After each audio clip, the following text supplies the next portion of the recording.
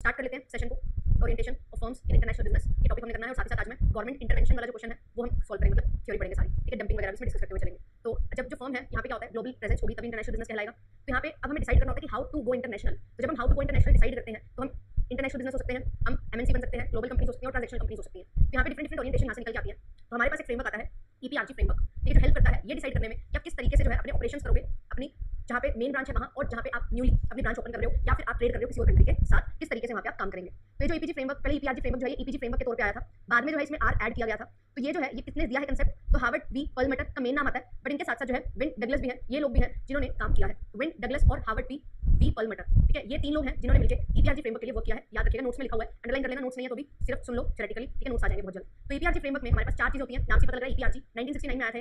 इसकी full form क्या है, सबसे पहले आता है एथनोसेंट्रिक, जहाँ पे हम क्या बात करते हैं कि हम जो प्रोडक्ट बनाएंगे अपनी होम कंट्री के अकॉर्डिंग बनाएंगे, बस आपको जो है फॉरेन कंट्री में प्रोडक्ट प्रोवाइड कर देंगे। तो ये क्या होता है एथनोसेंट्रिक, हमारी होम कंट्री ओरिएंटेशन है, सामान वही है जो हमारी कंट्री में बन रहा है, बस आपको जो है फॉरेन कंट्री में प्रोवाइड करवा दिया जाएगा। तो इंटरनेशनल कंपनी जो होती है हमारी वो एथनोसेंट्रिक अप्रोच को फॉलो करते हुए होम कंट्री ओरिएंटेशन रखती है। ये जो सामान है वो होम कंट्री के अकॉर्डिंग बनेगा। पॉलीसेंट्रिसिज्म में क्या होता है, पॉली का मतलब होता है मैनी, है ना, जैसा देश वैसा भेष हमने कल बात की थी। तो अगर आपकी प्रेजेंस बहुत सारी कंट्रीज में होगी अलग अलग, वहाँ पे पॉलीसेंट्रिसिज्म अप्रोच चलती है, मतलब होस्ट कंट्री ओरिएंटेशन की हम बात करते हैं, जिस कंट्री में हम जा रहे हैं उस कंट्री के तौर तरीके को अपनाते हैं।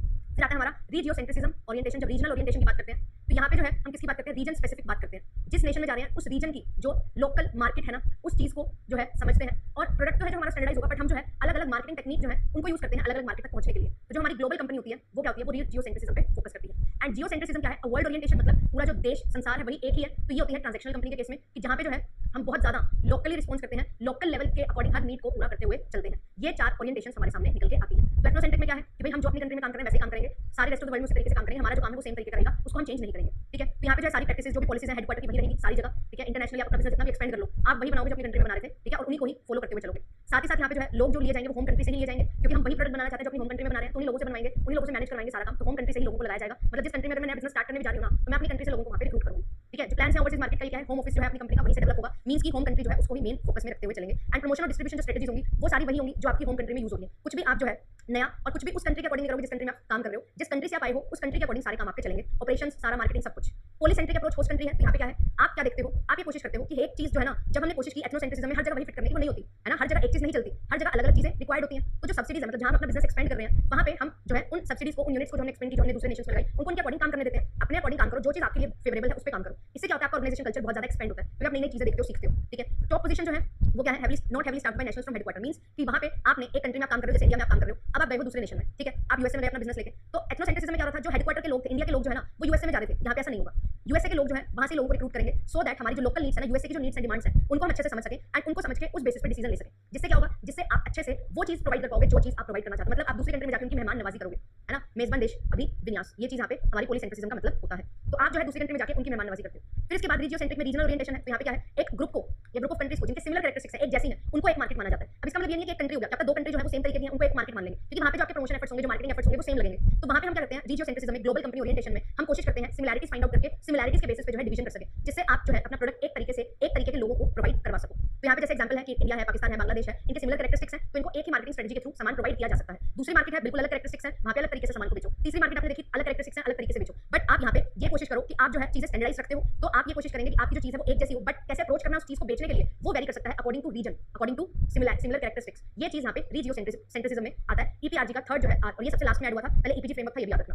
फिर आता है जियोसेंट्रिक, तो ये क्या है, वर्ल्ड ओरिएंटेशन। तो यहाँ पे जो है आप कोशिश करते हो कि सब जगह एक ही जैसी चीजें चले, तो होम और होस्ट मार्केट के बीच में बैलेंस बना के चलना बहुत ज्यादा जरूरी हो जाता है, क्योंकि हम जो है हर प्रोडक्ट जो है हर कंट्री में जहाँ पे भी हम सर्व कर रहे हैं उनको इस तरीके से सर्व कर रहे हैं कि उनकी नीड्स हम पूरी कर सकें। तो ये जो ओरिएंटेशन है, यहाँ पे नेशनलिटी एज कंपेटिटिव एडवांटेज को हम बिगॉड करते हैं, हमें इस नेशन में कंपेटिटिव एडवांटेज मिल रहा है, यहाँ पे नहीं मिल रहा, ठीक है। ये चीज को हम देखते नहीं, कंपेटिटिव एडवांटेज और डिसएडवांटेज। यहाँ पे जो है ऑल ओवर द वर्ल्ड एक ही चीज मानी जाती है, सेम माना जाता है, हर जगह से आप लोगों को ले रहे हो, अपनी होम कंट्री, होस्ट कंट्री, जहाँ मर्जी से लो, सो दैट यहाँ पे जो है हमारा मेन मोटिव जो होता है ना, होता है एक प्रोडक्ट को इस तरीके से प्रोवाइड करना कि कस्टमर सेटिस्फाइड हो जाए और सबसे बढ़िया प्रोडक्ट उसको मिले। तो जो भी ग्लोबल प्रॉब्लम्स है वो हमारी खत्म कब होंगी, जब आप बेस्ट लोगों को रिक्रूट करोगे, बेस्ट तरीके से अपना यूटिलाइजेशन करोगे रिसोर्सेज का। तो ये चीज जियोसेंट्रिसिज्म में यानी कि ट्रांसनेशनल कंपनीज में करने की कोशिश की जाती है, जहाँ पे आप सबसे बेस्ट जो है वो निकल के आना चाहते हो, ना कि एक पर्टिकुलर रीजन या एक पर्टिकुलर कंट्री में बेस्ट बनना चाहते हो, ऑल ओवर द वर्ल्ड आप बेस्ट बनना चाहते हो। ये जियोसेंट्रिसिज्म अप्रोच होती है, यही हमारे ईपीआरजी फ्रेमवर्क का पार्ट है। तो ईपीआरजी फ्रेमवर्क में अगर हम बात करें एथनोसेंट्रिसिज्म में, तो ये जो है इंटरनेशनल कंपनी यहाँ पे आ जाएगी। अगर हम पॉलीसेंट्रिक की बात करें तो यहाँ पे एमएनसीज आ जाएंगी। अगर हम बात करें रीजियोसेंट्रिक की तो यहाँ पे जो है ग्लोबल कंपनीज आ जाएंगी। एंड अगर हम बात करें जियोसेंट्रिसिज्म की तो यहाँ पे हमारे पास ट्रांसनेशनल कंपनीज आ जाती है, ठीक है। ट्रांसनेशनल कंपनीज यहाँ पे निकल के आ जाती है। इस चीज को आपने ध्यान रखना है, एन है, एच नहीं है, ठीक है। किसी को यहाँ तक कुछ भी दिक्कत है तो आप पूछ सकते हो। ये तो सबसे पहले क्या होता है, सबसे पहले एथनोसेंट्रिसिज्म होता है, फिर आप धीरे धीरे पॉलीसेंट्रिक की तरफ जाते हो, फिर धीरे धीरे रीजियोसेंट्रिक एंड देन जियोसेंट्रिक, इसी ऑर्डर में जो है इंक्रीज आप करते हुए चलते हो। यहाँ पे आप डोमेस्टिकली थोड़ा सा ज्यादा रहते हो, यहाँ पे धीरे धीरे जो है आप दूसरे नेशंस के जो भी नीड्स हैं उनकी तरफ फोकस करते हो। Is this clear? इसके बाद एक मैट्रिक्स आता है बार्टलेट एंड गोशाल मैट्रिक्स, या मॉडल भी आप इसको बोल सकते हो, मॉडल बोलो मैट्रिक्स बोलो एक ही बात है। ये जो है 2 into 2 मैट्रिक्स है अपनी, तो ये दो बेसिस पे यहाँ पे बेस्ड है, लोकल रिस्पॉन्सिवनेस और ग्लोबल इंटीग्रेशन। लोकल रिस्पॉन्सिवनेस का मतलब क्या है कि आप जिस नेशन में जा रहे हैं क्या आप उनके अकॉर्डिंग प्रोडक्ट प्रोवाइड कर रहे हैं, ठीक है, आप जिस नेशन में जा रहे हैं क्या आप उनके अकॉर्डिंग प्रोडक्ट प्रोवाइड कर रहे हैं। तो यहाँ पे क्या है, लोकल रिस्पॉन्सिवनेस और ग्लोबल इंटीग्रेशन दो आधार है। लोकल रिस्पॉन्सिवनेस का मतलब है आप जिस नेशन में जा रहे हो क्या आप उनकी नीड्स के अकॉर्डिंग प्रोडक्ट बना रहे हो, अगर बना रहे हो तो आपका लोकल रिस्पॉन्सिवनेस हाई है, अगर नहीं बना रहे तो लोकल रिस्पॉन्सिवनेस लो है। फिर आता है ग्लोबल इंटीग्रेशन कि आप जो है बिल्कुल अच्छे से वहाँ पे जाके अपना बिजनेस वगैरह आपने एस्टैब्लिश करा है, ज़्यादा से ज़्यादा आप जो है इंटीग्रेट कर रहे हो, डिफरेंट सारी जो एक्टिविटीज परफॉर्म कर रहे हो वो ज़्यादा कर रहे हो, या एक्टिविटीज कमी कर रहे हो, अपने होम नेशन में ही एक्टिविटीज करते हो ज़्यादा, बट हाँ थोड़ा सा प्रेजेंस आपका है। तो यहाँ पे लो और हाई ये दो एस्पेक्ट हमारे पास आते हैं। तो अगर लोकल रिस्पॉन्सिवनेस कम है मतलब आप दूसरे नेशन के अकॉर्डिंग प्रोडक्ट नहीं बना रहे हो, अपने प्रोडक्ट को बना रहे हो, ठीक है, और ग्लोबल इंटीग्रेशन भी कम है मतलब आप ज़्यादा इंटीग्रेट नहीं हो रहे हो, मींस आपने ज़्यादा कुछ इन्वेस्टमेंट दूसरे नेशन में नहीं किया, just you are selling your product और we can say exporting your product to the other market और इंटरनेशनल मार्केट। तो यहाँ पे क्या होगा, इंटरनेशनल स्ट्रेटजी फॉलो करेंगे and international company ethnocentric approach को रखते हुए यहाँ पे अपना बिजनेस करेंगी, ठीक है, यहाँ पे अपना बिजनेस करेंगी एथनोसेंट्रिक अप्रोच को रखते हुए। इंटरनेशनल कंपनी इंटरनेशनल स्ट्रेटजी का यूज करेगी, क्योंकि यहाँ पे ग्लोबल इंटीग्रेशन में कम है, इंटीग्रेशन क्या होता है मिलना आपस में और ज़्यादा एक्टिविटीज को शेयर करना, तो यहाँ पे वो चीज़ नहीं होती, यहाँ पे कम होती है वो। तो ये इंटरनेशनल स्ट्रेटजी होती है जहाँ पे आप लोकल रिस्पॉन्सिवनेस बढ़ा देते हो, मतलब जैसा देश वैसा भेस, जहाँ जा रहे हो उसके अकॉर्डिंग रिस्पॉन्स कर रहे हो, बट ग्लोबल इंटीग्रेशन आपका भी कम है, ज़्यादा आपने एक्टिविटीज को शेयर करना स्टार्ट नहीं किया, ऑल्दो आप दूसरे नेशन में जाके वहाँ पे इन्वेस्टमेंट की है आपने और आप काम कर रहे हो, बट बहुत सारी चीजें जैसे कि कोई स्टैंडर्डाइज्ड प्रोडक्ट हाई लेवल पे बना देना, अपना जो है मैन्युफैक्चरिंग ऑपरेशंस मार्केटिंग इनको कंबाइन कर लेना, वो चीज़ नहीं किया। तो ये मल्टी डोमेस्टिक स्ट्रेटजी फॉलो करोगे एमएनसीज, यहाँ पे क्या होगा पॉलीसेंट्रिक अप्रोच रहेगी।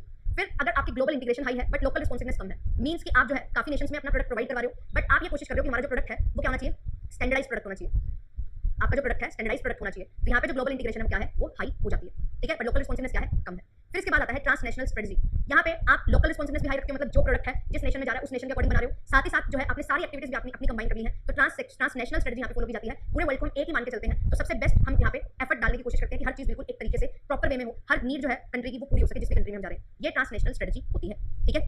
ग्लोबल इंटीग्रेशन क्या है कि आप ग्लोबल लेवल में किस तरीके से इंटीग्रेट करो डिफरेंट चीजें, जैसे मैं आपको बताता हूं इंटीग्रेशन क्या होता है। इंटीग्रेशन मींस कि जहां पे बहुत ज्यादा डाइवर्सिटी हो, वैरायटी हो, वहां पे आप मिलकर रहते हो, मींस जहां पे नीड्स अलग-अलग हैं एंड आप उन नीड्स को पूरा कर रहे हो। ग्लोबल इंटीग्रेशन मींस कि अलग-अलग कंट्री की अलग-अलग नीड्स हैं, उनको आप जो है पूरा करते हैं, है ना। जैसे तारक मेहता का उल्टा चश्मा इज द बेस्ट एग्जांपल, वहां पे डाइवर्सिटी है, मिलकर रहते हैं सोसाइटी में लोग, वो इंटीग्रेशन हो गया, है ना, जहां पे बहुत सारी चीजें आपको देखने को मिलती है। ग्लोबल इंटीग्रेशन अलग-अलग कंट्री वाइज यहां पे हो जाएगा इंटीग्रेशन। जैसे हम नेशनल इंटीग्रेशन बोलते हैं ना कि जो हमारा इंडिया है इसमें बहुत सारी डाइवर्सिटी है and still people live together, है ना, शेयर देयर वैल्यूज, वो चीज इंटीग्रेशन होती है।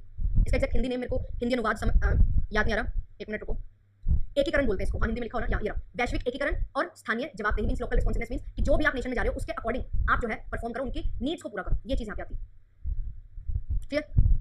ये था हमारा ईपीआरजी फ्रेमवर्क, ओरिएंटेशन हमने पढ़ी एंड साथ ही साथ बार्टलेट एंड गोशल मैट्रिक्स हमने पढ़ी। अब इसके बाद जो दूसरा टॉपिक है हमारा वो है ग्लोबलाइजेशन और उसके ड्राइवर्स, और इसके साथ साथ हम करेंगे बैरियर्स भी। तो ग्लोबलाइजेशन भी ओरिएंटेशन में ही हम इसको करते हैं कवर। तो ग्लोबलाइजेशन क्या होता है, जब आप इंटीग्रेट करते हैं अपनी इकोनॉमी को with the rest of the world. हमारे पास 1991 में एलपीजी पॉलिसी आई थी जो बात करती थी कि जो रूल्स एंड रेगुलेशन से कम करो, लिबरलाइज करो, प्राइवेटाइज करो, क्योंकि पब्लिक सारा कुछ पब्लिक सेक्टर में अच्छे से नहीं हो पा रहा मैनेज, और ग्लोबलाइज करो मींस आप सिर्फ कंट्री में नहीं बल्कि जो है आप अपने जो ट्रेड है उसको एक्सपेंड करो एंड दूसरे नेशंस के साथ काम करो, क्योंकि रिसोर्सेज क्या होते हैं अलग-अलग जो है नेशंस में है, तो आप उनका बेटर यूटिलाइज कर सकोगे अगर आप अच्छे से फ्री फ्लो कर सकोगे एंड आपका जो फैक्टर्स ऑफ प्रोडक्शन है वो एक जगह से दूसरे जगह मूव कर सकेंगे, तो आप अच्छे से यूज करके अपने रिसोर्सेज को अच्छा पैसा वैसा कमा सकोगे, अच्छे से प्रोडक्शन कर सकोगे, ऑब्वियसली कर पाओगे, वो चीज आती है। तो ग्लोबलाइजेशन क्या होता है कि जब हम क्या करते हैं एक एक्टिविटी को अपनी कंट्री में ना सीमित रखके वर्ल्ड वाइड लेवल पे लेके जाते हैं, है ना, इसको हम ये भी बोल सकते हैं integrating our economy with the rest of the world. तो यहाँ पे जो है जहाँ पे बॉर्डर और बैरियर्स खत्म हो जाते हैं, ट्रेड जो है वो आप एक लेवल के बियॉन्ड कर सकते हो, दैट इज ग्लोबलाइजेशन। अब ग्लोबलाइजेशन क्यों हो रहा है, क्योंकि यहाँ पे जो है हमारे लिए बहुत ईजी हो चुका है, लोग जो है एक जगह से दूसरी जगह इजीली मूव कर सकते हैं, फ्री फ्लो है ना, रीजनल इकोनॉमिक इंटीग्रेशंस बन रहे हैं, आप बैरियर्स को खत्म कर रहे हो जिससे बहुत आसान हो जा रहा है दूसरी कंट्री में जाकर बिजनेस कर पाना। आपकी जो है टेलीकम्युनिकेशन इंटरनेशनल क्या बोलते हैं information and communication technology ICT वो बहुत ज़्यादा बढ़ रही है, जिसकी वजह से आप इंटीग्रेटेड वे में जो है और अच्छे से काम कर सकते हो। बहुत सारे हमारे जो है फाइनेंशियल इंस्टीट्यूशंस भी बन रहे हैं जो हेल्प करते हैं आपको फॉरेन नेशंस में भी काम करने में।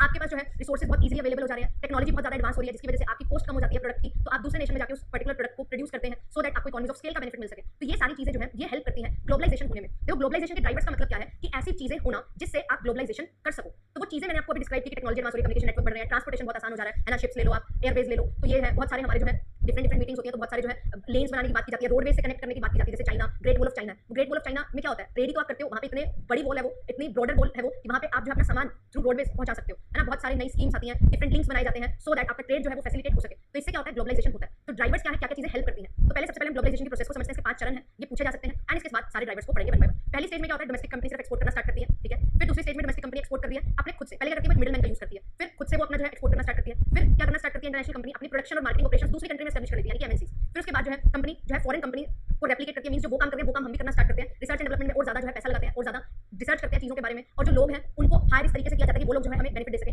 फंड्स जो है वो प्रोक्योर किए जाते हैं अलग-अलग जगह से। फिर उसके बाद फिर स्टेज में क्या होता है, कंपनी जो है बिल्कुल ट्रू फॉरेन कंपनी बन जाती है, क्योंकि वो फॉरेन कस्टमर की नीड्स को ही सिर्फ और सिर्फ केटर करना स्टार्ट कर देती है, स्टार्ट करके डोमेस्टिक प्रोडक्ट से फॉरेन में प्रोडक्ट को बेचना एंड करती है फॉरेन कस्टमर्स के लिए फॉरेन प्रोडक्ट्स बनाने में। ये पूरा का पूरा ग्लोबलाइजेशन का प्रोसेस हमारा रहता है, वैश्वीकरण प्रक्रिया हमारी रहती है। अब क्या क्या कंपोनेंट्स यहाँ से पेपर में क्वेश्चन आ सकता है, एज इट इज इसको याद रख लेना। मार्केट्स हमारी ग्लोबलाइज हो रही है, टेक्नोलॉजी ग्लोबलाइज हो रही है ना, इन्वेस्टमेंट ग्लोबलाइज हो रही है, एफडीआई एफपीआई, हमारा जो प्रोडक्शन है वो ग्लोबलाइज हो रहा है। तो ये है सारे के सारे ग्लोबलाइजेशन के कंपोनेंट्स कि आपकी मार्केट एक जगह से इंडिया का प्रोड्यूसर यूएसए में कस्टमर ढूंढ रहा है, यूएसए का प्रोड्यूसर इंडिया में कस्टमर ढूंढ रहा है, that is globalisation of markets. और साथ ही साथ कस्टमर का एक एस्पेक्ट हुआ, रिसोर्सेज हम दूसरे नेशन में ढूंढ रहे हैं, वो हुआ ग्लोबलाइजेशन ऑफ मार्केट्स। टेक्नोलॉजी, जहाँ पे जापान की टेक्नोलॉजी को हम अडॉप्ट कर रहे हैं, हमारी टेक्नोलॉजी को कोई और अडॉप्ट कर रहा है, वो ग्लोबलाइजेशन ऑफ टेक्नोलॉजीज है। ग्लोबलाइजेशन ऑफ इन्वेस्टमेंट में एफडीआई एफपीआई आ जाते हैं, एफआईआई आ जाते हैं, ठीक है, कि फॉरेन से इन्वेस्टमेंट आ रही है, हम फॉरेन में इन्वेस्टमेंट कर पा रहे हैं। ग्लोबलाइजेशन ऑफ प्रोडक्शन क्या होता है कि आप जो है आपने अपनी मैन्युफैक्चरिंग यूनिट जो है आउटसाइड इंडिया एस्टैब्लिश की हुई है, उनको यूज करके आप अपने प्रोडक्ट को बना रहे हो और अपने प्रोडक्ट को कहीं पे बेच रहे हो। ये है हमारा ग्लोबलाइजेशन ऑफ प्रोडक्शन कि एक प्रोडक्ट जो है वो सिर्फ एक कंट्री में नहीं बन रहा, वो अलग अलग कंट्री से बनकर भी एक कंट्री में आ रहा है, ये भी ग्लोबलाइजेशन ऑफ प्रोडक्शन होगा। तो ये चार कंपोनेंट्स होते हैं। अब यहाँ पे ड्राइवर्स क्या क्या है, तो इंटरनेशनल ट्रेड और इन्वेस्टमेंट जो है वो बहुत ज्यादा हेल्प करती है। अगर आपके पास पैसा ज्यादा आएगा तो आप ज्यादा अमाउंट प्रोड्यूस कर पाओगे, ज्यादा अमाउंट प्रोड्यूस करोगे तो इकोनॉमीज ऑफ स्केल आपको मिलेगा, मतलब जो कॉस्ट पर यूनिट है वो आपकी क्या हो जाएगी, कम हो जाएगी। जिससे आप पहले अगर 100 यूनिट बना रहे थे, 50 रुपए की एक यूनिट पड़ रही थी, तो आपको जो है ज्यादा खर्चा हो रहा था, पर अब जो है आप अगर 500 यूनिट बना रहे हो और आपकी 40 रुपए की 30 रुपए की एक यूनिट पड़ रही है, तो ये कॉस्ट पर यूनिट आपको फायदा दे रहा है, जिससे ज्यादा प्रोडक्शन करने से आप जो है अपनी कॉस्ट कम करके ज्यादा प्रॉफिट कमा सकते हो। इसको इकोनॉमीज ऑफ स्केल बोला जाता है, ठीक है। तो इससे होता क्या है, अब यहाँ पे अगर मैं कम प्रोडक्शन करूंगी तो वहाँ पे जो है मेरी कॉस्ट ऑफ रिसोर्सेज ज्यादा आती है, बट अगर मैं रिसोर्सेज को एप्रोप्रिएटली और एफिशिएंटली यूज करूं तो जो रिसोर्सेज हैं वो मेरे अच्छे से यूज होंगे, ऑप्टिमम यूटिलाइजेशन होगा। जितना एप्रोप्रिएट यूटिलाइजेशन आप कर सकते हो वो आपने कर लिया, तो कुछ भी वेस्ट नहीं होगा एंड कुछ भी कमी नहीं रहेगी, तो आपकी ऑब्वियसली कॉस्ट कम हो जाएगी, ठीक है। तो ये सारी चीजें आपको हेल्प करती हैं। अब अगर हमारी कॉस्ट पर यूनिट कम होती है तो जो लोग हैं उनकी रियल इनकम बढ़ती है। रियल इनकम क्या होता है, रियल इनकम का मतलब होता है परचेसिंग पावर। अगर मैंने बोला कि कोई चीज 50 रुपए की है वो 40 की हो चुकी है, पहले अगर आप 2 यूनिट्स खरीद रहे थे क्योंकि आपके पास 100 रुपए थे, अब आप क्या कर सकते हो, 2.5 यूनिट्स खरीद सकते हो, है ना। अब आप 2.5 यूनिट्स खरीद सकते हो, तो इससे क्या हुआ, रियल इनकम बढ़ी। ऑल्दो आपके पास मॉनेटरी इनकम 100 रुपए थे दोनों केस में, पर यहाँ पे क्या हुआ, आपकी परचेसिंग पावर बढ़ गई, रियल इनकम बढ़ी। रियल इनकम बढ़ेगी तो ऑब्वियसली आप वेल्थ बढ़ाओगे, वेल्थ कैसे, पैसा जो है आपका कम लगेगा, उसको बचाओगे, उसको ज्यादा ग्रो करोगे, ठीक है। और high level of consumption and saving आपकी होगी, क्योंकि आपके पास जब परचेसिंग पावर बढ़ेगी तो आप कंज्यूम करेंगे, फिर आप सेव करेंगे, इन्वेस्ट करेंगे, तो इस तरीके से जो है आपको हेल्प मिलेगी। फिर ड्राइवर्स हैं जो ग्लोबलाइजेशन के 5 फोर्सेस मॉडल हम पढ़ते हैं, ठीक है। इसको जो है यहाँ पे मैंने आपको मार्केटिंग में तो करवाया हुआ है, पर ये बिजनेस एनवायरनमेंट का भी कंपोनेंट बनता है, तो वहाँ पे मैं करूँगी। तो अभी सिर्फ समझ लो कि जो ग्लोबलाइजेशन के ड्राइवर्स है, हमारा 5 फोर्सेस मॉडल है, पोर्टर का 5 फोर्सेस मॉडल, उसमें भी ये इन्फ्लुएंस डालता है, ठीक है। तो लोअर ट्रेड बैरियर्स होंगे, तो आपके जब बैरियर्स कम है, आपको फ्रीली एंटर करने दिया जा रहा है दूसरे रीजन में, दूसरे ज्योग्राफी में, तो आप एंटर करके वहाँ पे अपना प्रोडक्शन करोगे, वहाँ पे अपना सेल वगैरह करोगे, मार्केटिंग करोगे, तो वहाँ से आप ज्यादा प्रॉफिट कमाओगे, है ना। तो इससे क्या होता है, आपका हॉरिजॉन बढ़ता है, आपका ट्रेडिंग एरिया बढ़ता है, एरिया बढ़ता है तो आप ज्यादा प्रोडक्शन करते हो, बेचते हो, कम में बनाते हो, ज्यादा में बेचते हो, प्रॉफिट अर्न करते हो, ठीक है। तो ये चीज यहाँ पे, बट क्या सिर्फ पॉजिटिव साइड्स होती है, नहीं, नेगेटिव साइड्स भी होती है। अगर बहुत सारे एडवांटेजेस हैं, डिसएडवांटेजेस भी होंगे। अब दूसरी नेशन से कंट्रीज आएंगी तो हमारी जो डोमेस्टिक कंपनी होती है उनको नुकसान होने का डर रहता है। तो ग्लोबलाइजेशन से फायदे भी हैं, नुकसान भी हैं, और वो फायदे और नुकसान को बैलेंस करने के लिए जो है सरकार इंटरवीन करती है, गवर्नमेंट इंटरवेंशन हम करते हैं, जिससे वहाँ पे रिस्ट्रिक्शंस भी लगाई जाती है। तो यहाँ पे ये सारे हमारे क्या है, कंपोनेंट्स हैं, ड्राइवर्स हैं ग्लोबलाइजेशन के, international trade, international investment, outsourcing, offshoring, developing new product, telecommunication, IT, transportation, geopolitics, market drivers, post globalization driver, competitive driver और government globalization driver. One by one इसको पढ़ेंगे। इससे पहले एक और चीज मैं बता दूं, एक होता है इंटरनेशनलाइजेशन, है ना, और एक वर्ड होता है ग्लोबलाइजेशन। ग्लोबलाइजेशन क्या है, वाइडर टर्म है। इंटरनेशनलाइजेशन जो है वो हेल्प करता है आपको ग्लोबलाइज होने में। तो इंटरनेशनलाइजेशन इज द प्रोसेस जिसके थ्रू आप अपनी इकोनॉमी को ग्लोबलाइज करते हो। ये चीज ध्यान रखना, पेपर में आ सकता है, ठीक है। तो यहाँ पे वन बाय वन को पढ़ते हैं। इंटरनेशनल ट्रेड, अब इंटरनेशनल ट्रेड से क्या होता है, अब यहाँ पे जब ट्रेड आप इंटरनेशनल लेवल पे करोगे तो आपके पास जो डिफरेंट कंट्रीज हैं उसमें आप जाके काम करोगे, आपस में कंट्रीज एक दूसरे पे डिपेंड होगी। कैसे, आप कोई चीज बना के उनको बेच रहे हो, वो कोई चीज बना के आपको बेचेंगे, आपके लिए शायद वो रॉ मटेरियल हो सकता है जिससे आप और अच्छा प्रोडक्ट बना सकते हो, उनके लिए कोई मटेरियल रॉ मटेरियल हो सकता है जिससे वो और बेहतर प्रोडक्ट बना सकते हैं। तो आपस में आपकी इंटरडिपेंडेंसी आ जाती है। तो इंटरनेशनल ट्रेड जो है बहुत बड़ा एक ड्राइवर है ग्लोबलाइजेशन का। इंटरनेशनल ट्रेड की वजह से ग्लोबलाइजेशन बहुत ज्यादा हो रहा है, क्योंकि यहाँ पे जो है आपको अलग अलग लेवल पे अलग अलग हेल्प जो है वो काइंड ऑफ मिलती है डिफरेंट कंपनीज को, डिफरेंट नेशन से, ठीक है। तो कुछ सर्विसेज आपको यहाँ पे मिलते हैं, इजीली आप एक जगह से दूसरे जगह जा सकते हो, कैपिटल और लेबर मूव कर सकता है तो आपको रिसोर्सेज मिलते हैं।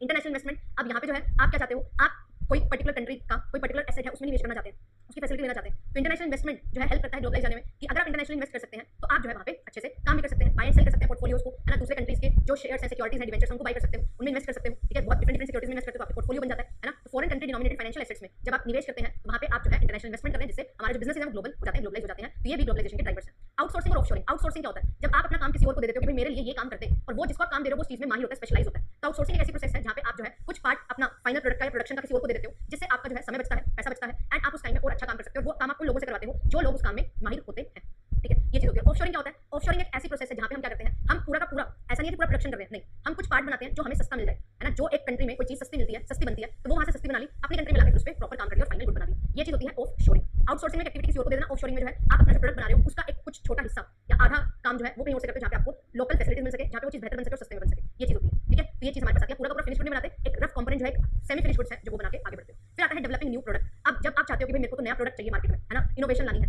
तो इनोवेशन से आप नए रिसोर्सेज तलाशते हो कि मेरे को अगर ये चीज मिल जाए तो मेरे को ये प्रोडक्ट बनाने में बहुत हेल्प होगी, तो वो रिसोर्सेज आपको वर्ल्ड वाइड मिल सकते हैं। तो वहां से जो है आप नए प्रोडक्ट बनाने की इच्छा रखते हो तो ग्लोबलाइजेशन को एक बूम मिलता है कि आप नए चीजें लेने के लिए, ढूंढने के लिए दूसरे नेशन में जाते हो और दूसरे नेशन में डिमांड करते हो, जिससे वो प्रोडक्ट के लिए आपको जो है रॉ मटेरियल मिलता है, देन कंट्रीज ट्रेड करते हैं आपस में, तो आपके पास चॉइसेस भी बन जाते हैं और आपका ट्रेड भी फैसिलिटेट होता है। टेलीकम्युनिकेशन, अब यहाँ पे जो है इसमें भी बहुत सारे नई नई चीजें आ चुकी हैं। आज बहुत साल पहले क्या जब हमारे पास मोबाइल फोन नहीं थे तो कभी हमने सोचा था कि हम एक पर्सन एक कंट्री में बैठा दूसरे किसी और कंट्री में बैठा वो वीडियो कॉल कर पाएंगे, आपस में एक दूसरे को देख पाएंगे, नहीं। पर अब ये चीजें जो है वो पॉसिबल हो रही है। धीरे धीरे क्या है, इसमें इनोवेशन आ रहा है, डेवलपमेंट हो रही है, मैसेजेस इन्फॉर्मेशन बहुत इजीली बहुत अच्छे से चले जा रहे हैं, है ना। बहुत सारे हमारे पास डिफरेंट सोशल नेटवर्किंग साइट्स, इसके अलावा प्रोफेशनली भी आप जो है बहुत अच्छे से कनेक्ट कर सकते हो। अपना सामान भेजना है उसके लिए जो है पहले आप ये मेक श्योर कर सकते हो कि प्रॉपर इन्फॉर्मेशन बायर और सेलर के बीच में है या नहीं, मैसेज अच्छे से डिलीवर हो गया नहीं, वो जो है उस मैसेज पे रिलाई करके जो है सेल परचेज कर लेते हैं। तो टेलीकम्युनिकेशन में इनोवेशन हो रही है, तो ये बहुत हेल्प करता है कि आप दूसरे नेशन से भी जो है काम कर सकते हैं। And yes also at the end globalisation यहाँ पे हो रही है, ट्रेड से रिलेटेड, इन्वेस्टमेंट से रिलेटेड कोई भी इशूज है वो आप बहुत इजीली सॉल्व कर सकते हो टेलीकम्युनिकेशन के इनोवेशन।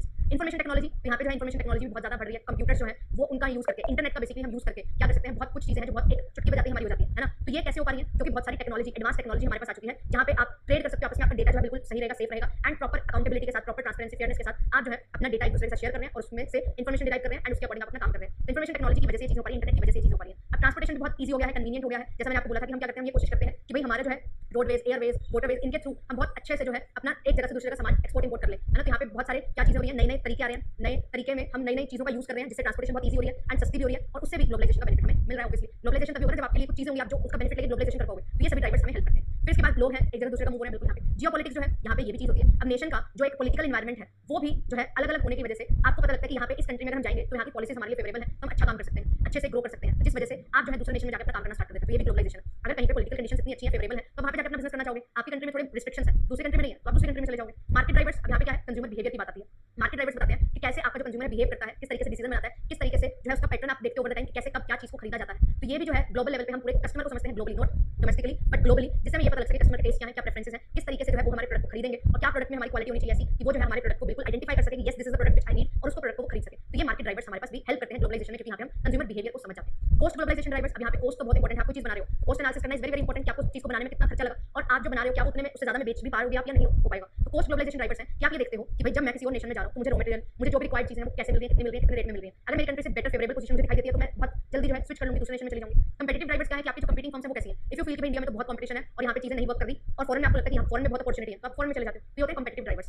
ठीक है कि कितना कंपटीशन आपको अपनी कंट्री से मिल रहा है, कितनी और कंट्री से आपको मिल सकता है, उसको एनालाइज करके आप जो है ग्लोबलाइजेशन करते हो। फिर गवर्नमेंट ग्लोबलाइजेशन ड्राइवर्स क्या है, अब गवर्नमेंट क्या है, इनके पॉलिसीज है ना, रूल्स रेगुलेशंस, टेक्निकल स्टैंडर्ड्स, साथ ही साथ जो है कि आपको कोई चीज़ को एक्सपोर्ट करने में सब्सिडी मिल रही है या नहीं, कोई रूल्स एंड रेगुलेशंस बनाए गए हैं या नहीं, किस तरीके से जो है आपकी पूरा का पूरा इकोनॉमिक एनवायरमेंट, पॉलिटिकल एनवायरमेंट चल रहा है, गवर्नमेंट कंट्रोल करती है पॉलिटिकल एनवायरमेंट को, पॉलिसीज बना के, रूल्स रेगुलेशंस बना के। तो ये सारी चीज़ें भी हेल्प करती हैं कि आप जो है आपका एनवायरमेंट कितना अच्छा है और आप और कंट्रीज में जाकर किस तरीके से अच्छे से काम कर सकते हो। ये सारी चीज़ें आप देखते हो, जिससे जो है आपकी सारी की सारी ग्लोबल स्ट्रेटजीज को भी आप स्टडी करते हो एंड अपना बिजनेस जो है उसको करने की कोशिश करते हो, कंपेटिटिव एनवायरमेंट को स्टडी करके ये समझते हो कि कहाँ पे आपको जो है बेनिफिट मिल सकता है, उसके अकॉर्डिंग आप डिसीजन लेते हो। ये होते हैं हमारे क्या, ये होते हैं हमारे ग्लोबलाइजेशन के फैक्टर्स। ये पूरा का पूरा सब्जेक्टिव है। ग्लोबलाइजेशन फैक्टर में क्या आएगा, जब भी आपको ऐसी कोई चीज़ लगे कि इसकी वजह से मैं जरूर ग्लोबलाइज होना चाहूंगी, मींस दूसरे नेशन से काम करना चाहेंगे, तो वो आपका क्या आ जाएगा, ग्लोबलाइजेशन का ड्राइवर बन जाएगा। ठीक है, बट हमने कल बात की थी बिजनेस है, ट्रेड और ऑक्सिलरीज टू ट्रेड की हमने बात की थी, तो वो सारी चीजें हेल्प करती है ग्लोबलाइजेशन में। ठीक है, जो भी ऑक्सिलरीज होती है हमारी। फिर इसके बाद यहाँ पे आता है गवर्नमेंट इंटरवेंशन। अब होता क्या है, अब आप बहुत अच्छे से काम कर रहे हो, ग्लोबलाइजेशन अपनी चरम सीमा पे है, अच्छे से लोग जो है एक दूसरे कंट्री के साथ काम कर रहे हैं। दिक्कत एक आ जाती है, वो दिक्कत क्या होती है कि जरूरत से ज्यादा आप जो है ग्लोबलाइज हो जाते हो और फिर जो डोमेस्टिक कंट्रीज हैं, डोमेस्टिक कंपनीज हैं कंट्री में, उनको सर्वाइव करना मुश्किल हो जाता है, प्रॉब्लम्स दिखाई देती हैं। अब गवर्नमेंट जो है वो सोसाइटी वेलफेयर भी चाहती है, प्रॉफिटेबिलिटी भी चाहती है, तो प्रॉफिटेबिलिटी ज्यादा हो जाती है, सोसाइटी वेलफेयर हार्म होने लग जाता है, हैम्पर होता है। तो उसके लिए जो गवर्नमेंट है वो इंटरवीन करती है पॉइंट के बाद कि भाई क्या चीजें जो है गड़बड़ चल रही है। तो गवर्नमेंट इंटरवीन क्या है, ट्रेड में इन्वेस्टमेंट, क्यों, क्योंकि वो अपने ऑब्जेक्टिव्स को अचीव करना चाहते हैं। क्या ऑब्जेक्टिव्स, कि हम पॉलिटिकली, सोशली, इकोनॉमिकली सारे के सारे जो हमारे ऑब्जेक्टिव्स हमने डिसाइड किए हैं वो पूरे हो रहे हैं कि नहीं, क्योंकि हर एक नेशन में जो गवर्नमेंट होती है उसके भी अपने कुछ ना कुछ ऑब्जेक्टिव्स होंगे ना, ऑब्वियसली जिनको उन्होंने पूरा करना है। तो अगर फ्री अलाउ कर दोगे हर चीज़ के लिए तो चीज़ों का गलत यूज भी हो जाता है, तो इसके लिए जो है गवर्नमेंट को इंटरवीन करना पड़ता है। तो फ्री ट्रेड का मतलब है कि आप जो है फ्रीडम आपको दी गई है ट्रेड करने के लिए बिटवीन द कंट्रीज। तो यहाँ पे जो कंट्रीज हैं वो बेनिफिट लेती हैं कंपटीशन का, नेशनल मार्केट में जो है फॉरेन मार्केट में चली जाती हैं, नया मार्केट को एक्सप्लोर करती हैं। ठीक है, ये चीज़ होती है। बट यहाँ पे कुछ ना कुछ रिस्ट्रिक्शंस भी यहाँ पे आते हैं, क्योंकि अगर रिस्ट्रिक्शंस नहीं लगेंगे तो वहाँ पे आप अपनी मर्जी से काम करोगे, तो वहाँ पे शॉर्ट टर्म में तो शायद चीज़ें सही हो जाएंगी, बट लॉन्ग टर्म इंपैक्ट उनका गलत होगा एंड डोमेस्टिक जॉब्स हैं वो जाएंगी, डोमेस्टिक कंपनीज अच्छे से सर्वाइव नहीं कर पाएंगी। तो उनको प्रोटेक्ट करने के लिए जो है यहाँ पे रिस्ट्रिक्शंस लगाई जाती है, इंटरवीन किया जाता है। तो यहाँ पे जो है क्या चीज़ आती है, एक क्वेश्चन आया हुआ है फ्री ट्रेड और हम बात करते हैं प्रोटेक्शनिज्म की। तो प्रोटेक्शनिज्म इज इंपॉर्टेंट। क्या है protectionism, is one of the tool used by the government. अब गवर्नमेंट कैसे इंटरवीन करती है प्रोटेक्शनिज्म से, कि आप जो है इंटरनेशनल ट्रेड को कंट्रोल कर सकते हो, प्रोटेक्ट करके कैसे, कि आप जो है इंपोर्ट पे रिस्ट्रिक्शंस लगा दो कि हम ये पर्टिकुलर प्रोडक्ट को इंपोर्ट नहीं करवाएंगे भाई, है ना। तो यहाँ पे अलग अलग तरीके से प्रोटेक्शनिज्म यूज किया जाता है। इसमें दो मेन चीज होती है, tariff and non tariff barriers.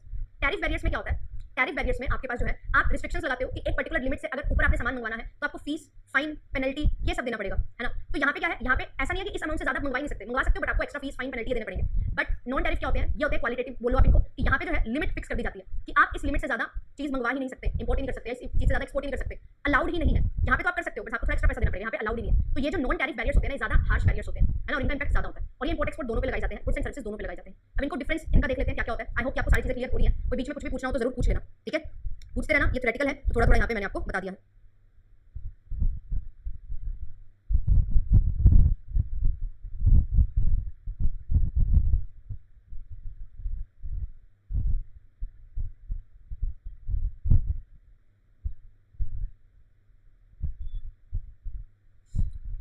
Clear है ना। चलिए आगे डिफरेंस देख लेते हैं, टैरिफ और नॉन टैरिफ का डिफरेंस क्या है। टैरिफ बैरियर्स क्या है, यहाँ पे आपको कोई भी गवर्नमेंट जो है, आप सामान मंगवा रहे हो, इंपोर्ट किया आपने इंपोर्ट करवाया सामान, अब आपकी कंट्री में जब सामान आ रहा है तो उस पर एक्स्ट्रा टैक्स लगा दिया, है ना, फीस वगैरह लगा दिया, वो गया हमारे टैरिफ बैरियर्स। नॉन टैरिफ क्या है, यहाँ पे रेगुलेशंस और फॉर्मेलिटीज इस तरीके से होती है कि आप जो है एक लिमिट से ज्यादा सामान भेज नहीं सकते, मंगवा नहीं सकते, तो ये अमाउंट पे नहीं लगता, ये लगता है इस पे, ये लिमिट लगती है, ठीक है। रेवेन्यू जनरेशन, ये जो कंट्री है यहाँ पे क्या होता है, अगर आप इंपोर्ट करवा रहे हो ज्यादा तो आपकी कंट्री को फायदा होगा क्योंकि वो इंपोर्ट ड्यूटीज आपसे लेंगे, ठीक है, इंपोर्ट करने का। यहाँ पे कोई रेवेन्यू जनरेट नहीं होगा, यहाँ पे लिमिट लगाई जाती है। प्रॉफिट अर्न होता है, हाई प्रॉफिट को कंट्रोल किया जा सकता है। यहाँ पे क्या किया जाता है कि जो कंट्री है जो इंपोर्ट कर रही है वो एक्सपीरियंस कर सकती है हायर प्रॉफिट। कैसे? यहाँ पे क्या होता है, आपने देखा कि भाई एक प्रोडक्ट में ना मेरे को इंपोर्ट करवाने से फायदा होता है, खुद बनाते हैं तो महंगा पड़ता है, तब खुद ना बना के इंपोर्ट करवा रहे हो, पर अगर आप खुद नहीं बनाओगे तो आपकी कंट्री की जीडीपी जो है उसको इफेक्ट पड़ेगा। तो सरकार ये बोलती है कि भाई यहाँ पे तो इंपोर्ट करवा रहे हैं तो क्या करें, इंपोर्ट करवा रहे हैं, इस पे इंपोर्ट पे ड्यूटी लगा देते हैं, इतनी ड्यूटी लगा देते हैं कि इंपोर्ट के बाद ड्यूटी जब लगेगी ना वो उससे महंगा हो जाएगा जितना हम खुद बना सकते थे जिस प्राइस में। यहाँ पे इसको क्या किया जाता है, कंट्रोल किया जाता है, क्योंकि आप इंपोर्ट करवाओगे फिर बेचोगे तो महंगा बिकेगा, तो सरकार बोलती है महंगा बेचने की प्लानिंग में ना सारा टैक्स लगा देते हैं इस पे। ये होता है टैरिफ बैरियर, प्रॉफिट अर्न को कंट्रोल किया जाता है। नॉन टैरिफ में क्या है, यहाँ पे प्रॉफिट जो है हायर प्रॉफिट आपको देखने मिल जाता है, country that imports can experience higher profit, जो कंट्री सामान को एक्सपोर्ट करवा रही है उसको यहाँ पे हाई प्रॉफिट हो सकता है, बट यहाँ पे हम कोशिश करते हैं कि हम वो वाले गुड्स हैं जो नॉन टैरिफ बैरियर्स में वो गुड्स को मत इंपोर्ट करवाएं जो रिस्ट्रिक्टेड है, जो डेंजरस हो सकते हैं, डेंजरस इन द सेंस जिनका ज्यादा यूसेज नहीं होना चाहिए, वो गुड्स पे नॉन टैरिफ बैरियर्स है जो हम लगाने की कोशिश करते हैं। यहाँ पे प्रॉफिट से कुछ ज्यादा फर्क नहीं होता है, यहाँ पे फर्क पड़ता है। फिर इंपैक्ट की अगर बात करें तो यहाँ पे प्राइस इफेक्ट होगा, ऑब्वियसली आपके टैक्स ज्यादा लगेंगे तो प्राइस बढ़ जाएगा चीज का। यहाँ पे प्राइस क्वांटिटी दोनों इफेक्ट होती है कि आप इतनी अमाउंट से ज्यादा सामान नहीं मंगवा सकते, इतनी लिमिट से मतलब इतनी क्वांटिटी से ज्यादा सामान नहीं मंगवा सकते। तो यहाँ पे क्वांटिटी और प्राइस दोनों की बात आती है। यहाँ पे सिर्फ और सिर्फ प्राइस की बात आएगी क्योंकि आप क्वांटिटी मंगवा सकते हो ज्यादा प्राइस पे करके, तो प्राइस चेंज हो जाएगा, क्वांटिटी जितनी मर्जी मंगवाओ। परमिशन जो है टैरिफ बैरियर्स के लिए डब्ल्यूटीओ है वो परमिशन देता है, एंड नॉन टैरिफ बैरियर्स के लिए डब्ल्यूटीओ इन्वॉल्व नहीं होता है, ठीक है, नॉन टैरिफ बैरियर्स के लिए डब्ल्यूटीओ इन्वॉल्व नहीं हुआ है, ये चीज हमारे पास रहती है। फिर इसके बाद यहाँ पे अलग अलग टाइप के टैरिफ बैरियर्स हैं और अलग अलग टाइप के नॉन टैरिफ बैरियर्स हैं, वन बाय वन इनको पढ़ते हैं। टैरिफ बैरियर्स में सबसे पहले आती है इंपोर्ट टैरिफ या इंपोर्ट ड्यूटी और एक्सपोर्ट टैरिफ या एक्सपोर्ट ड्यूटी। इंपोर्ट ड्यूटी जब आपने सामान मंगवाओगे तो मंगवाए हुए सामान पे टैक्स पे करना पड़ेगा, that is import duty, custom duty इसको बोलते हैं। तो इंपोर्टिंग कंट्री जो है, जिस कंट्री में जैसे आपने यूएसए से सामान मंगवाया इंडिया में, तो इंडिया जो है उसकी सरकार जो इंडिया की गवर्नमेंट वो चार्ज करेगी इंडिया में ही इंपोर्टिंग ड्यूटी, कि आप पैसा आपको पैसा देना पड़ेगा, आप इतना सामान इंपोर्ट करवा रहे हो, ठीक है, और ये इससे चार्ज करेगी सरकार इंडिया वाले लोगों से जो यहाँ पे सामान भेज रहे हैं, है ना, मंगवा रहे हैं, या यहाँ पे एक मिनट यहाँ पे जो है यूएसए सामान भेज रहा है तो यूएसए से भी जो है पैसा लिया जाएगा, और वो किस तरीके से यूएसए एक्सपोर्ट कर रहे हैं तो उससे एक्सपोर्ट ड्यूटी जो है वो ली जाएगी। अगर आप सामान दूसरी कंट्री में भेजना चाह रहे हो भेजो, और आपको क्या मिलेगा, आपको यहाँ पे टैक्स पे करना पड़ेगा। अगर सरकार चाहती है कि वो एक्सपोर्ट करवाए प्रोडक्ट का तो वो हेल्प भी करती है, सब्सिडीज देके, पर अगर वो चाहती है कि कम हो ये चीज तो उस पर टैक्स भी लगाती है, ये चीज होती है। फिर इसके बाद आता है ट्रांसिट ड्यूटीज। अब ये क्या होता है कि यहाँ पे क्या होते हैं कि आप जब क्या करते हो, सामान आपने भिजवाया वो एक जगह से दूसरी जगह जा रहा है, तो इन ट्रांसिट जब रास्ते में होता है तब वहाँ पे ड्यूटी जो लगाई जाती है वो ट्रांसिट ड्यूटीज होती है, ठीक है। ये जो है एक कंट्री से ओरिजिनेट हुआ दूसरी कंट्री में जा रहा है, कंसाइन किया जा रहा है, भेजा जा रहा है सामान, तो ट्रांसिट के टाइम पे जो है ड्यूटीज लगाई जाती है, ट्रांसिट ड्यूटीज होती है एक जगह से दूसरी जगह सामान लेके जाने के लिए। स्पेसिफिक ड्यूटी क्या है, यहाँ पे जब एक पर्टिकुलर प्रोडक्ट के कैरेक्टरिस्टिक्स कि ये इस टाइप का प्रोडक्ट है इसलिए जो है इस पे इस तरीके की क्या लगेगी, यहाँ पे ड्यूटी लगेगी। जैसे फॉर एग्जांपल पेट्रोलियम प्रोडक्ट्स हो गए, ठीक है, तो यहाँ पे जो है क्या होता है, आपको पेट्रोलियम प्रोडक्ट पे एक स्पेसिफिक टाइप ऑफ ड्यूटी पे करनी पड़ेगी क्योंकि वो पेट्रोलियम प्रोडक्ट है इसलिए वो ड्यूटी लग रही है, अदरवाइज वो ड्यूटी ना लगती। तो एक स्पेसिफिक कैरेक्टरिस्टिक के बेसिस पे अगर ड्यूटी लगती है वो स्पेसिफिक ड्यूटी कहलाती है, ठीक है। और यहाँ पे जो है किसके बेसिस पे होता है कि एक यूनिट पे कितना पैसा है जो आपको ऐसे ड्यूटी देना होता है, वो चीज को हम कंसीडर करते हैं, ठीक है, ये चीज होती है। क्लियर, ये चीज ध्यान में रखना।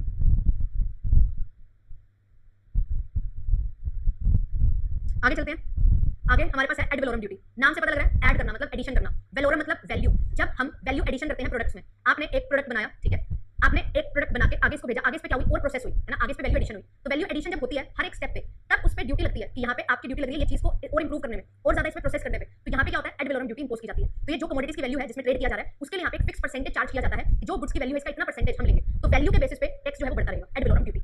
कंपाउंड ड्यूटी क्या होती है, कंपाउंड होता है दो चीजों का मिक्सचर, तो specific duty ad valorem duty को जब मिक्स कर देते हैं तो वो कंपाउंड ड्यूटी बन जाती है कि दोनों लगेंगी। आपका कोई पर्टिकुलर प्रोडक्ट है उसके फिजिकल एट्रीब्यूट या कैरेक्टरिस्टिक की वजह से भी ड्यूटी लगेगी एंड उसकी वैल्यू है उस पे भी एक परसेंटेज ऑफ ड्यूटी हम चार्ज करेंगे, ये होती है हमारी कंपाउंड ड्यूटी। फिर आती है हमारी anti dumping duty. Anti dumping duty क्या होती है, कभी कभी हम क्या करते हैं, डंपिंग करते हैं। डंपिंग का मतलब अपने देश में महंगा सामान दूसरे देश में कॉस्ट से भी सस्ता सामान बेच देते हैं, ये गलत चीज है। आप अपने देश में तो महंगा बेच रहे हो, दूसरे देश में जाकर सस्ता बेच रहे हो, तो इसको खत्म करने के लिए एंटी डंपिंग ड्यूटीज लगाई जाती है कि यहाँ पे डंपिंग ना हो, इसके लिए एंटी डंपिंग ड्यूटीज लगाई जाती है। और एक और चीज होती है यहाँ पे आगे बताऊंगी नॉन टैरिफ में, ठीक है, टैरिफ में होती है, नॉन टैरिफ होती है। तो ये हमारी कुछ टैरिफ बैरियर्स होते हैं जहाँ पे अलग अलग ड्यूटीज लगाई जाती हैं सरकार के द्वारा। अब नॉन टैरिफ बैरियर्स भी होते हैं ऐसी। सबसे पहले आता है कोटा, ये है लिमिट सेट करना। आपको अगर बोल दिया कि आप 1000 यूनिट्स ही खरीद सकते हो तो आप 1000 यूनिट ही खरीद सकते हो, इससे ज्यादा नहीं, ठीक है। स्पेसिफिक टाइम पीरियड में एक साल में 1000 यूनिट ही एक्सपोर्ट या इंपोर्ट होंगी, तो एक्सपोर्ट और इंपोर्ट 1000 यूनिट होंगी, इससे ज्यादा नहीं होंगी। आप कर ही नहीं सकते, अब बोल रहे हो कि पैसे ज्यादा दे देंगे ना, कर ही नहीं सकते, ठीक है। फिर आता है इंटरनेशनल कार्टेल।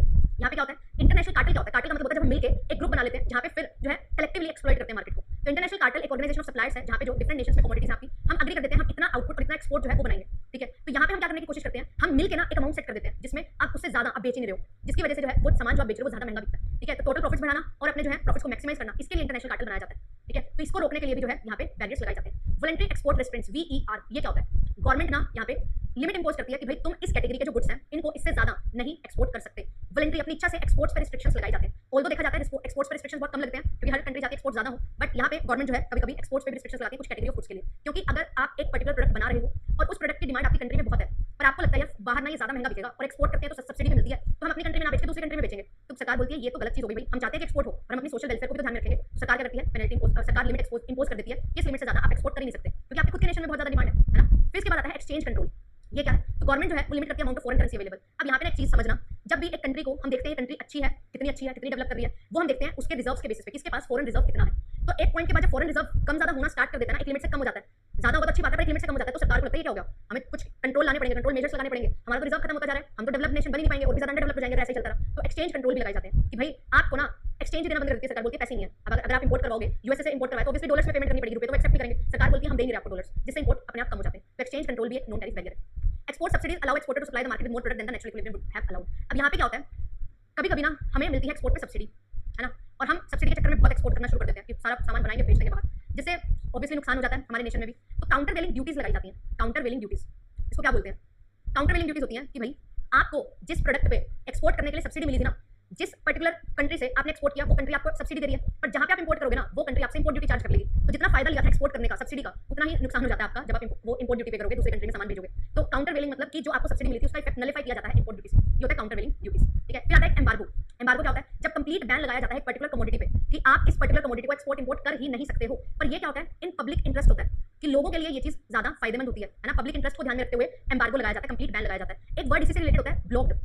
ब्लॉक्ड का क्या मतलब होता है कि जब सरकारें जो है दो नेशन जो है उनके बीच में लड़ाई झगड़े हो रहे हैं, वॉर की सिचुएशन है, तब जब बैन लगाया जाता है ना उसको हम ब्लॉक्ड बोलते हैं, उसको ब्लॉक्ड बोलते हैं। ठीक है, और ये कंप्लीटली लगाया जाता है। और ये जो होता है एम्बार्गो, ये कंप्लीटली और कुछ टाइम पीरियड के लिए कंप्लीट बैन लगता है, मतलब हमेशा के लिए नहीं, कुछ टाइम पीरियड के लिए। ठीक है, तो यहाँ पे जो है जैसे अभी चाइनीज ऐप्स हमारी बंद हो गई थी, टिकटॉक है ना, आपको याद होगा, आपने भी बड़ी रील बनाई होंगी, तो टिकटॉक बंद हुआ था, वो क्या था, वो एक एम्बार्गो का एग्जाम्पल था। ठीक है, ये चीज ध्यान रखना। फिर यहाँ पे जो है dumping, export of commodity below cost of foreign. तो ये डंपिंग क्या होता है कि जब आप क्या करते हो, कमोडिटीज को एक्सपोर्ट करो, सस्ते में बेचते हो, तो इसके लिए एंटी डंपिंग ड्यूटीज जो है वो लगाई जाती हैं, वो हमारी टैरिफ बैरियर्स में आती हैं। ठीक है, डंपिंग यहाँ पे कोई बैरियर नहीं है, नॉन टैरिफ बैरियर नहीं है, इसको यहाँ पे मत रखो, इसको हम पढ़ते हैं इसलिए शायद यहाँ पे गलती से लिख दिया। डंपिंग होता क्या है, यहाँ पे डंपिंग का मीनिंग होता है कि जब आप क्या करते हैं, प्रोडक्ट को सेल करते हो दूसरे नेशन में सस्ते में, तो उसको खत्म करने के लिए एंटी डंपिंग ड्यूटीज लगाई जाती हैं। इनको पढ़ते हैं। दो चीज होती हैं, एक होता है एफओबी, एक होता है सीआईएफ। याद रखना, दो वर्ड्स याद रखना, एक होता है एफओबी, एक होता है सीआईएफ। खाली पेज नहीं है क्या होगा, आई थिंक, एक सेकंड रुको, ब्लैंक पेज ढूंढ लूं मैं।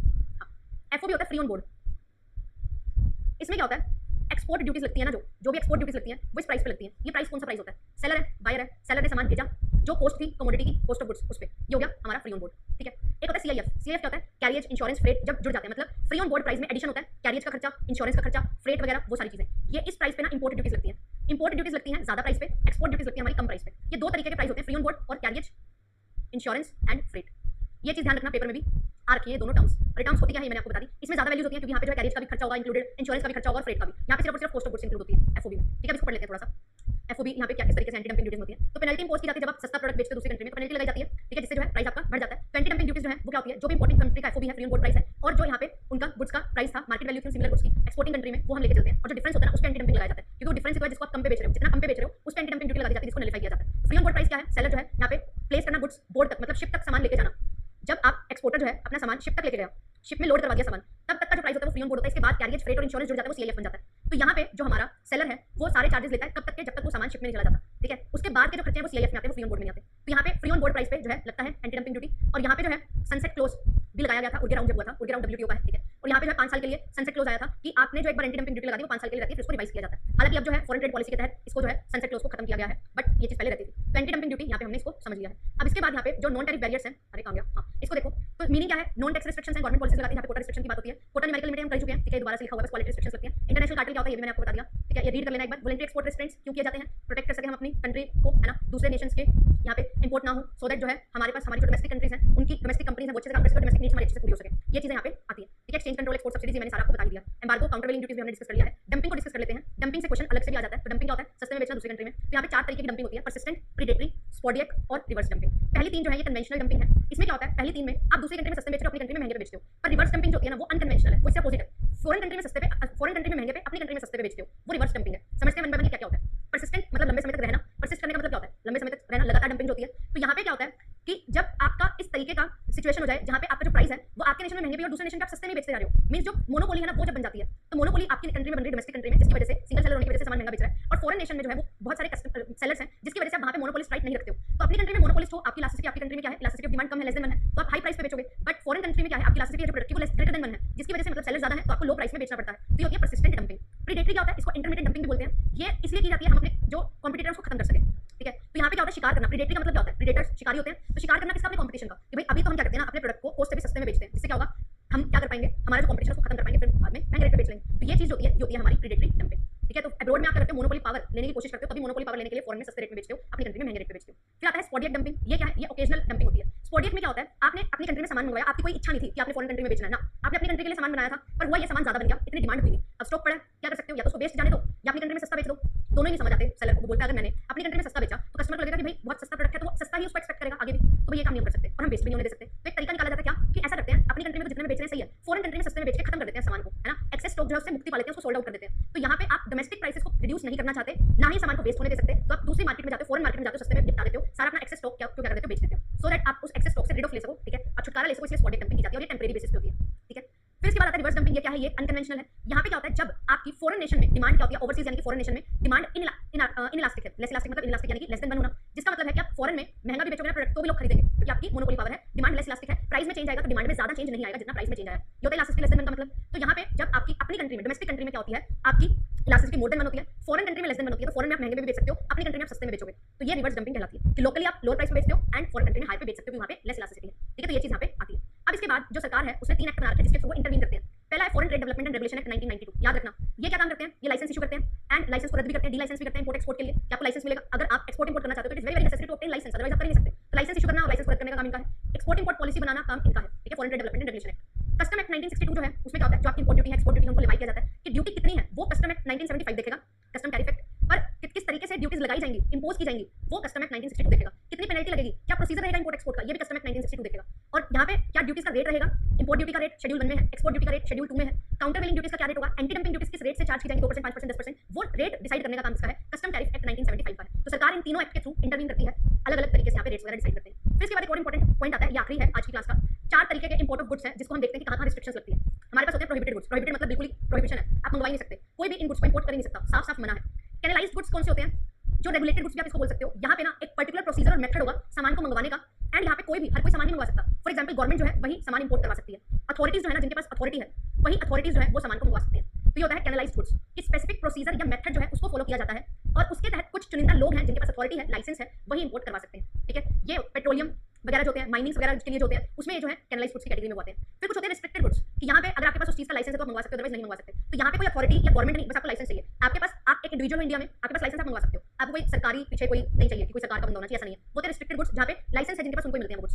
फिर इसके बाद होते हैं फ्री गुड्स, इनको कोई भी इंपोर्ट करवा सकता है, आप मैं कोई भी, ठीक है, ये फ्री है, कोई भी इनको इंपोर्ट करवा सकता है। ये 4 कैटेगरीज हैं, टाइप्स ऑफ गुड्स हैं जिनको यहाँ पे डिफरेंशिएट किया गया है, ठीक है। तो ये था आज का हमारा टॉपिक जिसको हमने कवर किया है और कवर नहीं आई है, एंड जरूर इसको थोड़ा सा रीड करिएगा। मैंने आपको मीनिंग क्लियर किए हैं, आपने एक बार इसको रीड करना है। Still you face any kind of issue कि मैम यहाँ पे कुछ समझ नहीं आ रहा है, तो जरूर पूछेगा। कुछ एग्जांपल्स भी साथ में दिए हुए हैं, इनको भी बस समझने के लिए रीड कर लेना, लर्न नहीं करने, एग्जांपल्स लर्न नहीं करने होते, एग्जांपल समझने के लिए होते हैं, ठीक है। तो बैरियर्स भी जो है हमने कवर कर लिया। बैरियर से क्वेश्चन आ जाता है, इंपॉर्टेंट है, और काउंटर वेलिंग ड्यूटी ये इंपॉर्टेंट है थोड़ी, मैंने समझा दिया कि एक्सपोर्ट पे फायदा मिलता है तो इंपोर्ट पे वो सारा फायदा ले लिया जाता है, इंपोर्ट ड्यूटी लगा दी जाती है, तो एक्सपोर्ट की सब्सिडी का जो फायदा है वो खत्म हो जाता है।